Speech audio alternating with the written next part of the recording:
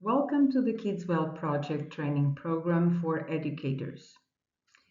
This is a course that has been created within the Erasmus Plus project consortium involving 6 European partners from different educational institutions in Greece, Cyprus, Poland and Portugal.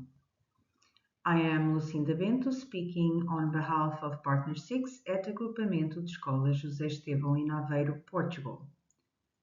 Framed within the Kidswell project, Module 3, Personal, Social and Learning to Learn Competences, is part of a sequence of 6 webinars addressed to educators dealing with children with ADHD.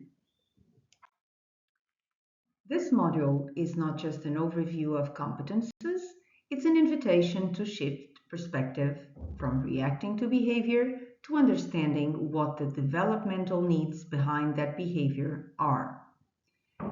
For children with ADHD, the classroom is quite an intense and overwhelming atmosphere. Their reactions cannot be interpreted as signs of defiance.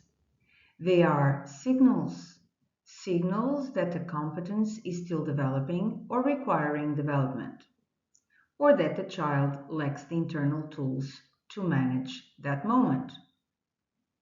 In this module, we will explore how to create an inclusive learning environment for ADHD children by deepening our understanding of how ADHD shapes learning and social interaction, recognizing key developmental competences, and applying strength-based strategies that support emotional and behavioral regulation.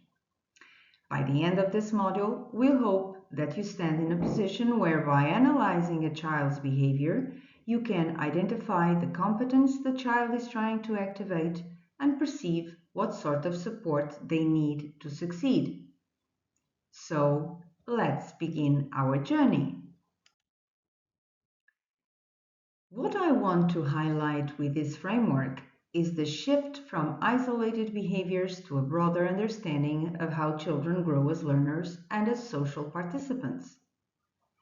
Therefore, instead of looking at ADHD through challenges alone, we are mapping out the competences that genuinely help children navigate school life, meaning how they manage themselves, how they relate to others, and how they approach learning. By organizing these areas developmentally, we gain a clearer sense of what to expect, what to nurture, and how to plan support that actually fits where each child is. It gives us a shared language for noticing process and progress, identifying needs, and designing strategies that feel purposeful rather than reactive. Ultimately, this framework is about strengthening everyday skills that make a real difference in the classroom, with peers, and at home, and giving educators a structured, inclusive way to guide that growth, just as we said while presenting before. The Kidswell project aims at supporting educators, creating inclusive learning environments. It provides practical tools and strategies and a competence-based framework. The goal is clear: to develop the ability to understand and develop competences. The behaviors of an 8 to 12 child with ADHD can span impulsivity, avoidance, or emotional struggling of some sort. And these are not random. They are a manifestation of inner states and needs the child is processing while interacting with their surroundings and circumstances. They experience the classroom environment with amplified sensitivity to all sorts of stimuli and interactions. There's a lot to take in and manage: transitions, instructions, activities, a lot of unpredictable situations and interactions. So the issue is not the behavior of the child, but what is causing it. A child refusing a task doesn't objectively mean defiance or disrespect. It may mean they are not capable of handling that particular context and environment in an autonomous, easygoing way. They may lack the internal tools to regulate emotions as everything around seems too intense. That is why the competence-based approach is key in working with these children. It helps the educator identify the underlying skill that needs to develop further and help the child achieve it with structured guidance. Let us reflect for a moment. Think of ADHD students you have worked with before and try to pinpoint the behaviors that stood out and what might those behaviors be communicating to you. What was your reaction then? Was it how do I stop this behavior or what competence does the child need now? I am a teacher myself and I know what goes on in our mind in that moment. One mustn't forget that development happens gradually. At a beginner level, children require high levels of guidance and support and structure. As they move forward, they start using strategies with less assistance and encouragement and show more peer awareness. Further down the road, at the advanced levels, they can regulate themselves more independently and so support others in that process. What we are going through the three competences, starting with the personal ones, self-regulation, flexibility, and well-being, the first being probably the most challenging in the classroom.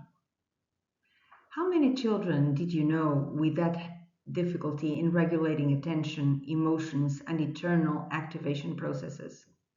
In a classroom, we all did, one way or the other. Self-regulation is the ability to manage impulses, emotions, behaviors, and physiological activation. For children with ADHD, this competence is often still developing and it manifests in several ways. Behavioral impulsivity may appear in the form of standing up without asking, touching others' materials, or interrupting peers.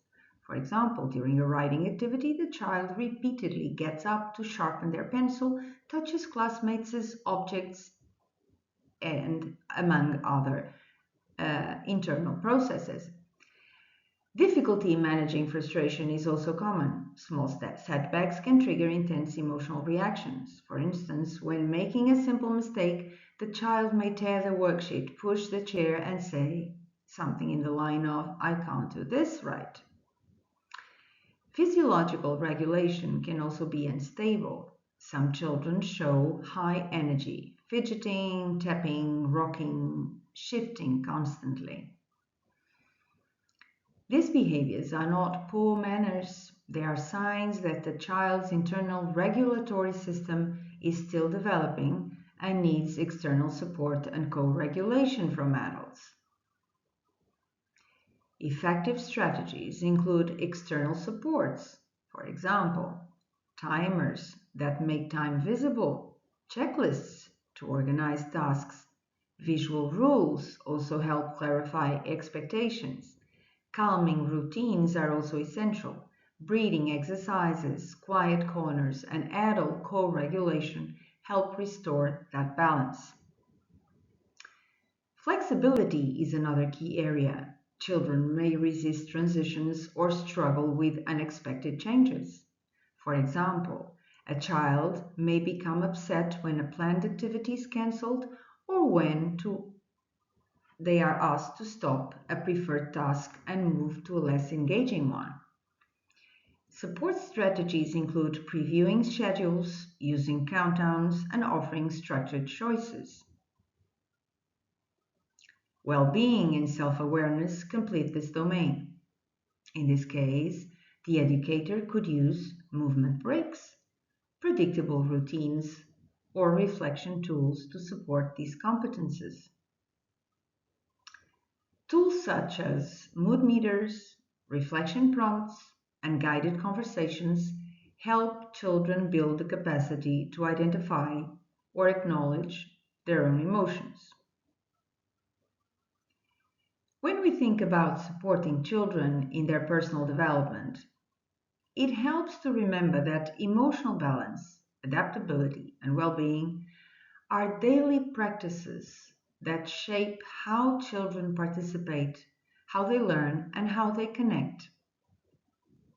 What we are aiming for is to give them tools that make those moments of challenge feel manageable rather than overwhelming. As educators, our role is to notice what helps each child regain control, to offer strategies that fit their developmental stage, and to create an environment where emotional and physical well-being are treated as essential parts of learning. Turning to the social competences chapter, we see it includes empathy, communication, and collaboration.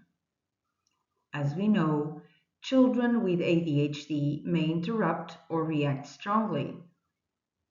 Empathy can be developed through stories and role-playing. Communication improves with structured sentence starters. And collaboration benefits from clear roles and short tasks. Let us now deepen our understanding of these and explore how they appear in everyday classroom interactions. Empathy is the ability to understand and respond to the emotions of others. For many children with ADHD, this competence is clearly still emerging. They may interpret facial expressions, tone of voice, or social context in the wrong way. For example, a child may push a peer during a game, intending it as playful contact, but the peer perceives it as an aggression. Or a child may laugh at the wrong moment, not out of disrespect, but because they struggle to read the emotional atmosphere of the group. Structured activities such as role-playing and storytelling. Using emotion cards helps children practice recognizing emotions and responding appropriately. Communication involves expressing ideas clearly, listening actively, and respecting conversational turns. Children with ADHD tend to speak quickly, interrupt unintentionally, or jump between topics without noticing the impact on others. Others may struggle to articulate their ideas, especially when emotions are high or the tasks feels demanding. In this case, support strategies can include sentence starters, visual cues for turn taking, and explicit modeling of active listening. Collaboration requires sharing responsibilities, negotiating, and working as part of a team, which can be equally challenging even for people without ADHD. Children with ADHD may struggle to wait for their turn, may take over the task, or may withdraw completely or give up when overwhelmed or frustrated. This may be because communicating, negotiating, and coordinating with peers may feel too complex for them. In this case, clear roles, short tasks, and predictable group routines help create successful collaborative experiences. I close this chapter saying that social development flourishes over time as children watch how others interact and are invited to practice those behaviors in nurturing, well-scaffolded settings. Moving on to the last set of the competence framework, we will address learning to learn competences, which include growth mindset, critical thinking, managing learning, and perseverance. Growth mindset is built through language. Use not yet instead of wrong. Managing learning is critical. Break tasks into steps, use planners and routines as we walk through perseverance. Let us now deepen these ideas and explore how they appear in daily classroom life. Children with ADHD often internalize negative messages about their abilities, repeated corrections, unfinished tasks, and frequent frustrations can lead to the belief, I can't do this. A growth mindset reframes this. It teaches the child that competence develops over time and that mistakes are part of the learning, not a proof of failure. I invite you to watch a short video where Dr. Carol Susan Dweck, an American psychologist at Stanford University, renowned for her research on motivation, personality, and the mindset theory, clarifies these points for us. I have fallen in love with a new word, and we're doing research on it. That word is yet. So if a child says, I'm not good at math yet, I tried X and I couldn't do it yet. And what that says is that this is a skill that's acquired over time. It's not something you're good at or you're bad at. There's a learning curve, and you're on that learning curve. And when I say to you, yet, it means get back on that learning curve. So one of the worst things in society today is that some kids wear this almost badge of honor. I'm not a math person. And you have to say yet, because everyone can learn math. Everyone can get better at it. They just have to get in there and keep trying.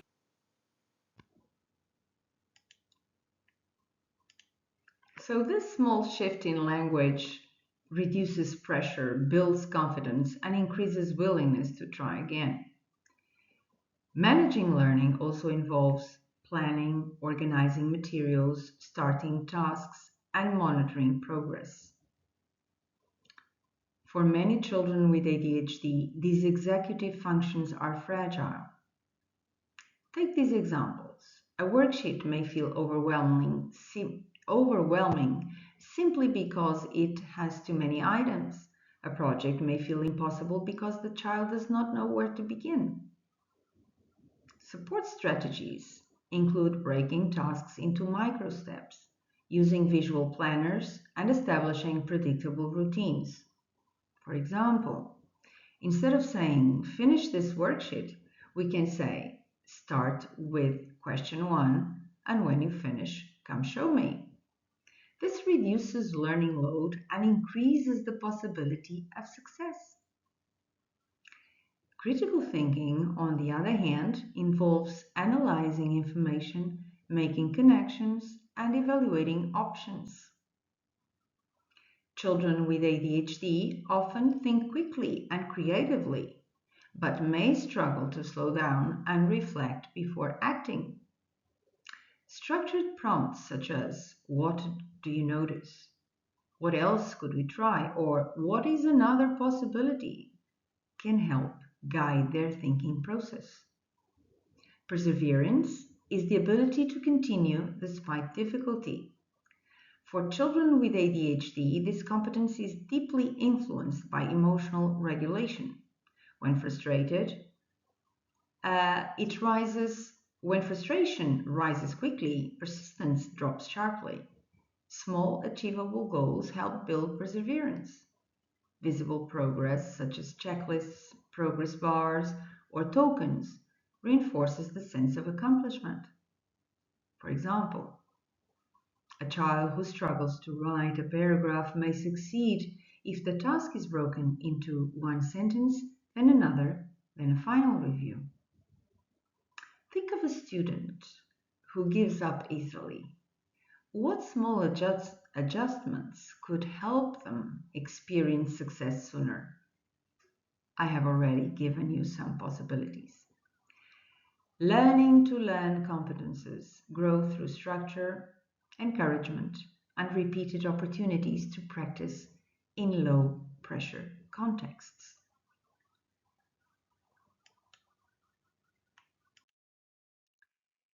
Let us sum up and reinforce some key ideas. Start small, as Rome wasn't built in a day. Choose one or two competences to focus on first. Begin with universal supports such as visuals, calm cues, or sentence frames. Then gradually add targeted or individualized strategies as needed. Invest on regular observation as it will foster collaboration with families. All these is essential to ensure consistency and, of course, effectiveness.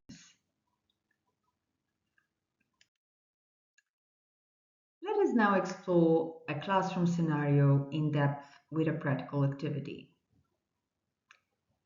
I'll give you a moment to read the scenario, which basically, in short, says that in a mathematics lesson, the work is transitioning to independent work.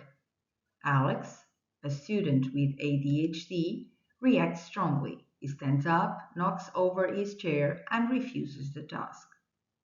Pause and reflect. What might be triggering this reaction? I suggest that in pairs, you go through those questions. Pause the video and debate or reflect upon the scenario using the prompt questions. Then restart the video for debriefing.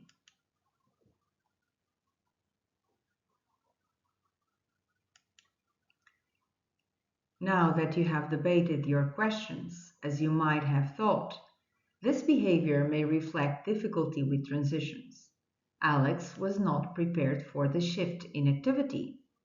So the personal competences and self-regulation or flexibility are in order in this scenario. So as support strategy, one could, for example, preview the next step, use a countdown, or set a clear expectation.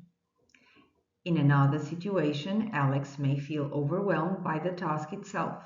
The worksheet may seem too long or too complex.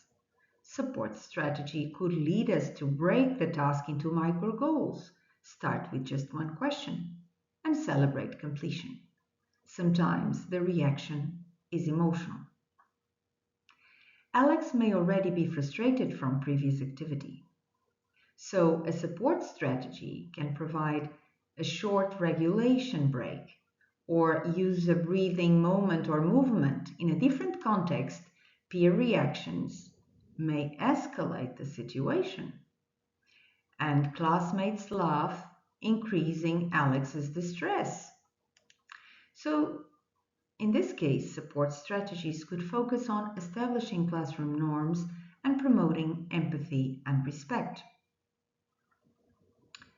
Across all these variations, the key idea remains the same.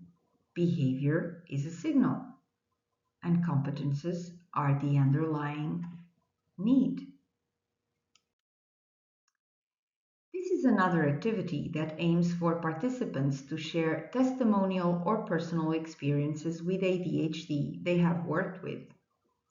This way, we invite you to consider a strength and a challenge you observed in their personal, social, or learning to learn competence domains. Also, you should consider the strategy used. And finally, think which organizational or adaptability tool you would say would be the most effective and why. Jot down your notes for later consideration with peers or in face of a real case classroom setting. If you have time, availability, and I propose to better understand the challenges with ADHD that children face, to do a short simulation. So you must have at least a partner and you have to complete simple sorting tasks while dealing with distractions or changing instructions. This exercise mirrors these executive function difficulties many children experience. Afterwards, discuss how it felt. and what strategies might help children manage similar challenges.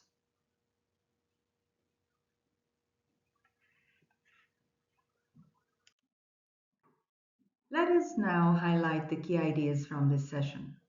First, behavior is communication. What we see on the surface is only the visible part of a much deeper process. Second, competences develop progressively. Children do not lack skills because they are unwilling. They lack skills because they are learning. Third, support must be proactive, not reactive. Visual tools, predictable routines, and movement breaks, as well as co-regulation, are not extras. They are essential scaffolds that help children succeed. Fourth, small adjustments create meaningful change. A countdown before transition, a checklist for a task, a moment of breathing can transform challenging situations into a successful ones. And finally, competence-based thinking empowers both educators and students. It shifts the focus from what is wrong to what is developing and how we can support it. These principles form the foundation of inclusive, responsible, and emotionally safe learning environments.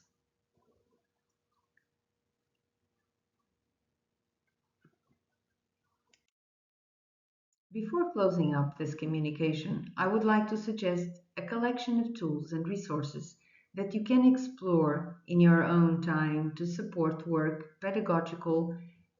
your pedagogical work with children with ADHD. What this set of tools represents is not just a list of apps or materials. It's a reminder that supporting ADHD learners becomes far more effective when we widen the range of options available to them.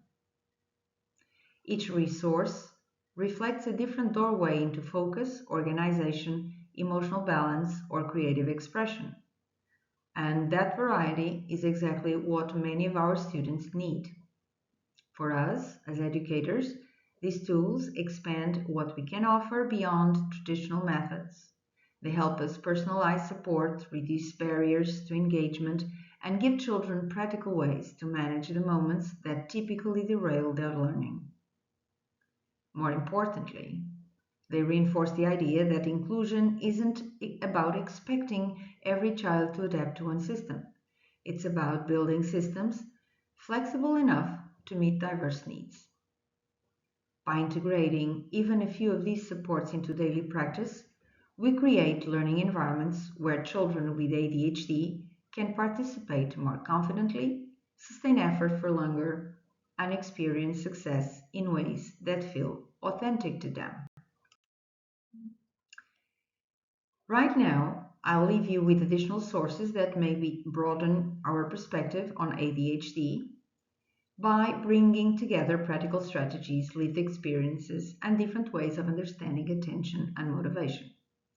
They remind us that effective support grows from continuous learning, from listening to experts to hearing real stories to exploring approaches that challenge our assumptions.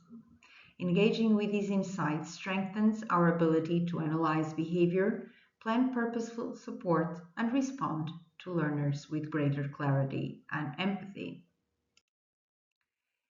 These are the references that anchor and support our communication in well-established research on ADHD, executive functioning, and inclusive education.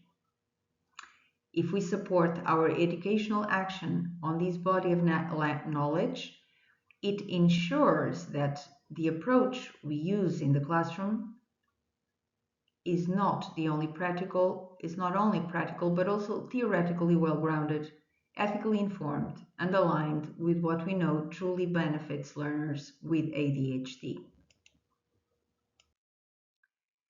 This module includes a short micro-credential assessment with 10 multiple-choice questions. It's a simple way to consolidate your learning and reflect on the strategies we have explored in this module. Please use the QR code below. You will need to register on the platform before you can answer. Thank you for your attention and your commitment to inclusive education. All our work makes meaningful experience in daily lives of children who rely on structure, empathy, and supportive learning environments. Remember that every small adjustment you make, a clearer routine, a calmer transition, a moment of co-regulation, helps a child feel safer, more capable, and more understood. It was a pleasure guiding you through this session, and I hope it was important for you too. I wish you continued success as you support your students in developing the competences they need to thrive. Goodbye for now.